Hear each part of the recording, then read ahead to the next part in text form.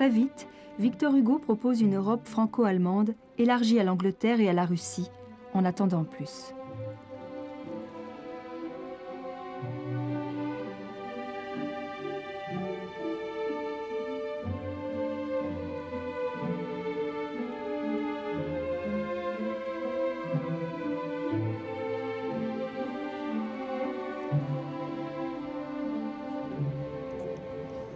En 1840, Victor Hugo fait un long voyage sur les bords du Rhin. Le Rhin est pour lui un fleuve symbolique. Il dit que c'est le fleuve qui, pendant des années, a séparé la France et l'Allemagne et qui, dans l'avenir, devrait les rapprocher. Voilà ce qu'il écrit au début du Rhin. Le Rhin est le fleuve dont tout le monde parle. Et que personne n'étudie, que tout le monde visite et que personne ne connaît, qu'on voit en passant et qu'on oublie en courant, que tout regard effleure et qu'aucun esprit n'approfondit. Pourtant, ces ruines occupent les imaginations élevées.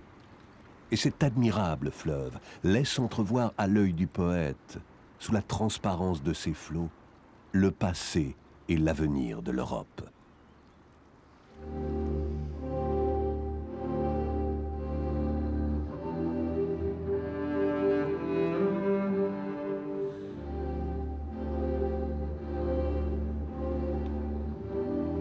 Du voyage sur le Rhin naît l'idée chez Victor Hugo d'un drame qui aurait pour décor les burgs, les châteaux qui bordent le Rhin.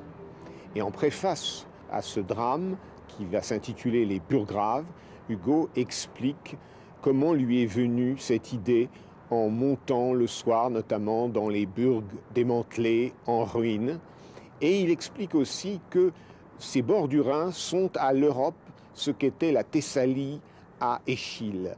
Et il continue en disant il y a désormais une nationalité européenne. Et moi, je me sens un citoyen de l'Europe. Et il achève sa préface par une anticipation de ce qui sera, au-delà même de cette Europe, les États-Unis du monde. Il écrit ceci: « La civilisation tout entière est la patrie du poète. Cette patrie n'a d'autre frontière que la ligne sombre et fatale où commence la barbarie. Un jour, espérons-le, le globe entier sera civilisé, tous les points de la demeure humaine seront éclairés, et alors sera accompli le magnifique rêve de l'intelligence, avoir pour patrie le monde et pour nation l'humanité. »